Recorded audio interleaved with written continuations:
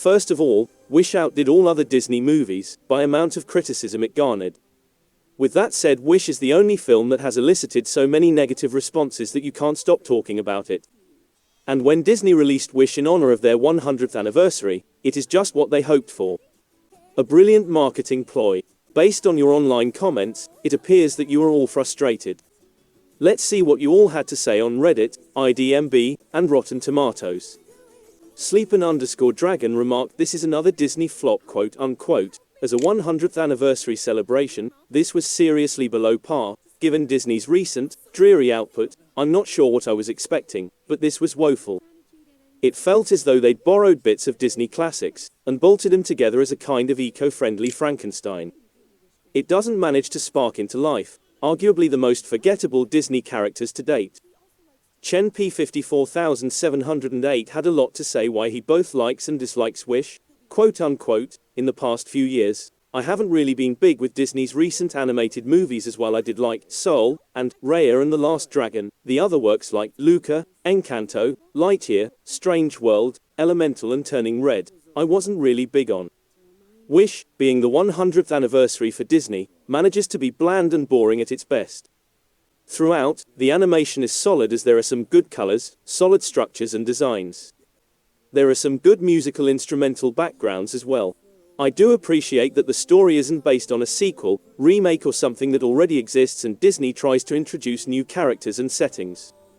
But the issue is that the narrative is way too familiar from other stories and it lacks the creativity, energy and charm of the good old Disney princess movies, which makes it pretty difficult to fully engage with emotionally or to care for. The lack of energy and bland style causes the characters to not be investing as well, since none of the characters were engaging or interesting at all. However, the voice performances from the cast members are pretty good. Ariana DeBose and Chris Pine both provided really good voice performances. Including Alan Tudyk, as Tudyk is great as usual with his voice works. Lepidopterus_ did mention Wish was a bland, uninspired, and formulaic missed opportunity that also fell under TikTok's crosshairs, quote unquote. This movie was boring AF.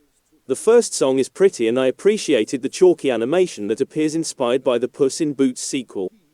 Beyond that, I was bored to tears.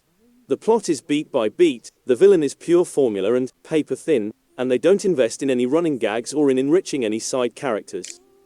It's as if they had to reach a deadline, so put in the minimal effort necessary to get it finished, which left us with a hollow movie devoid of any magic, held together only by its mind-numbingly predictable narrative. I feel bad for those who worked hard on this film, because this could have been a good movie if the studio just took the time to fill it with personality and character. Instead, Wish is a pretty lifeless addition to the Disney canon. Enough from IDMB people, they seemed really frustrated. Let's head over to Reddit. Frog and Banjo, feeling really shortchanged, shared his thought on Reddit, quote unquote, "I honestly have no idea what this movie thought it was going to be, or what it's trying to be.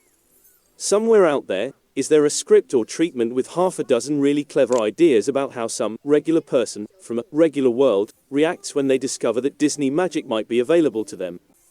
Did it get turned into this movie after 16 million trips through the committee grinder? Now that's a documentary I'd be willing to watch," he remarked. And according to Wonderland is Burning, quote unquote, a throwback to classic Disney, culturally Latinx so that it's progressive but not so cultural that it's accused of being woke, and poorly aping the dynamic staccato art style of Puss in Boots, The Last Wish and the Spider-Verse movies. Essentially, it was trying to be all things to all people, and when you try to please everyone you spread yourself too thin and just end up making everyone feel meh about it. Blaze of Glory 72 was not left behind, saying how he was disappointed even with the trailer, quote unquote, "This movie just has kind of a bizarre concept. Like, it's hard to sell the general audience on a film about a fairly vague concept like wishes. Even seeing the trailer, all I got was, bad king dude only gives out some wishes, but good protagonist girl wants to give everyone wishes. I don't see that hooking the general audience." Life Cantaloupe 3184, feeling very disappointed, also remarked, quote unquote, "It really does. I get people have been wanting Disney to change up their animation style or return to 2D animation for years now, but this just looks like Disney's usual computer animation style with a bad filter over it. Say what you will about computer animation, but I think it's hard to deny that movies like Encanto and Moana have beautiful animation. Wish just looks like Disney trying to take their computer animation and stylize it to look 2D in a way that honestly looks terrible. It's honestly disappointing because there are movies that have pulled off a similar style very well. Hell, even Disney themselves did it pretty well with their short Paperman. I just don't understand what went wrong that it wound up looking the way it does.